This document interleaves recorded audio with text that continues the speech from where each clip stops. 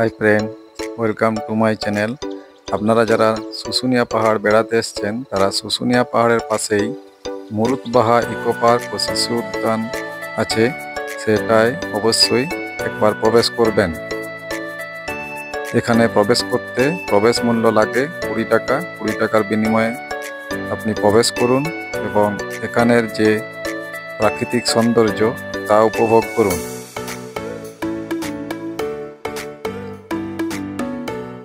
কিছু কিছু প্রাকৃতিক সৌন্দর্য বা যে মূর্তিগুলো ছিল সেগুলো এখন অনেকটা ভেঙে গেছে। এখানে যে গাছপালাগুলো আছে সেগুলো খুবই সুন্দর, বিভিন্ন ফুল আছে, দেখতে খুবই ভালো লাগবে। আগে এখানে গেঁদা ফুল ছিল, এখন অন্য ফুল আছে।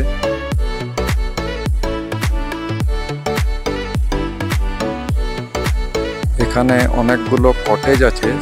যারা বাইরের থেকে শুশুনিয়া পাহাড়ে আসেন এবং এখানে রাত্রিযাপন করতে ইচ্ছুক তারা এগুলো বুক করতে পারেন। অনলাইনে বুকিং হয়। কিভাবে বুকিং করবেন তার নম্বর এখানে দেওয়া আছে, কাছ থেকে যোগাযোগ করতে পারেন। এর ভিতরের রুমগুলো খুব সুন্দর, ফুল এসি আছে এবং রাত্রে খাবারের বন্দোবস্ত এরাই করে দেয়। এখানে অনেকগুলো কটেজ আছে, কটেজগুলোর বিভিন্ন নাম আছে। ফোনে জানতে চাইলে ওরা জানিয়ে দেবে আপনাদের যে পার নাইট কত করে এগুলোর ভাড়া পড়ে। কিছু কিছু কটেজের হাইট অনেকটা উঁচুতে, তার কারণ বিষাক্ত পোকামাকড় থাকতে পারে, খুবই ঝোপ আছে। এখানে যে বিদ্যুতের চাহিদা, সেই বিদ্যুতের চাহিদা যোগান দেয় পুরোপুরি সৌর বিদ্যুৎ থেকে। এখানে যেগুলো দেখছেন এগুলো সৌর প্যানেলগুলো বসানো আছে, এগুলোর থেকে যে বিদ্যুৎ উৎপন্ন হচ্ছে তাতেই এই পার্কের মধ্যে যে কটেজগুলো আছে সেগুলোতে লাইটের যোগান পাওয়া যায়। কয়েকটা ভেষজ উদ্ভিদের গাছ এখানে রয়েছে। এই পার্কটি মূলত শিশুদের জন্য এবং যারা এখানে কটেজে থাকে তাদের খুবই ভালো লাগবে। এখানে একটা বড় ফোয়ারা ছিল, বর্তমানে ফোয়ারার কোনো অস্তিত্ব আর নেই। আমি আগে যখন এসেছিলাম তখন এই ফোয়ারাটা ছিল।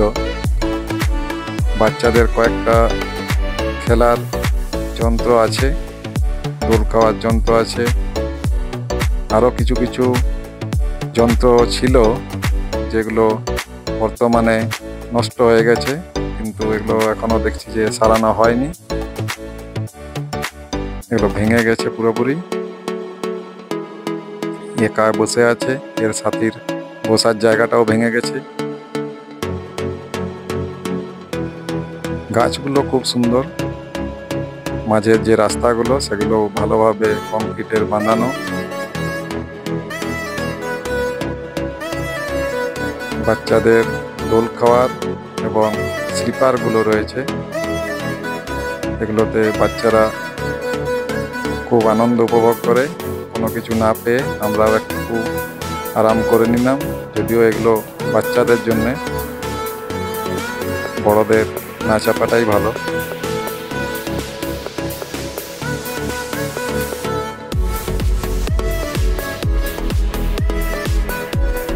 এখানে এখনো খুব একটা ভিড় হয়নি। শীতকালে পিকনিকের সময়ে অর্থাৎ ডিসেম্বরের মোটামুটি ফার্স্ট উইক থেকে ভালোই ভিড় হয়। তখন এই পার্কে একটা দোলনাও ফাঁকা পাবেন কিনা সন্দেহ। যত ভিড় বাড়বে তত এখানে বাচ্চাদেরও ভিড় বাড়ে, সেই কারণে তখন দোলনার বা এই যে খেলার সরঞ্জামগুলো আছে সেগুলোর একটু ক্রাইসিস চলতে থাকে। যাই হোক, আমরা ফাঁকা সময় এসেছি, সেই জন্য অনেকটাই ফাঁকাই আছে জায়গাটা।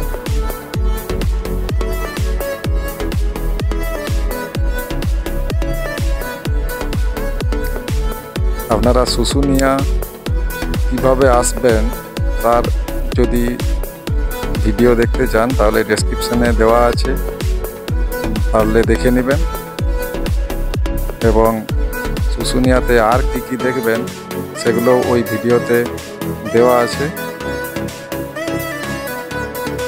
এখানে এখানে বেশি সময় অতিবাহিত না করাই ভালো। যারা একদিনের জন্য শুশুনিয়াতে আসছেন তারা এখানে কিছুক্ষণ সময় অতিবাহিত করবেন, তারপরে আরও শুশুনিয়া পাহাড়ে অনেক কিছু দেখার আছে, যেগুলো আমার ওই ভিডিওটা দেখলেই বুঝতে পারবেন। যাই হোক, আজকে এই পর্যন্তই। দেখা হবে অন্য কোনো ভিডিওতে। ভালো থাকবেন। ভিডিওটি ভালো লাগলে লাইক, শেয়ার, কমেন্ট অবশ্যই করবেন। ধন্যবাদ।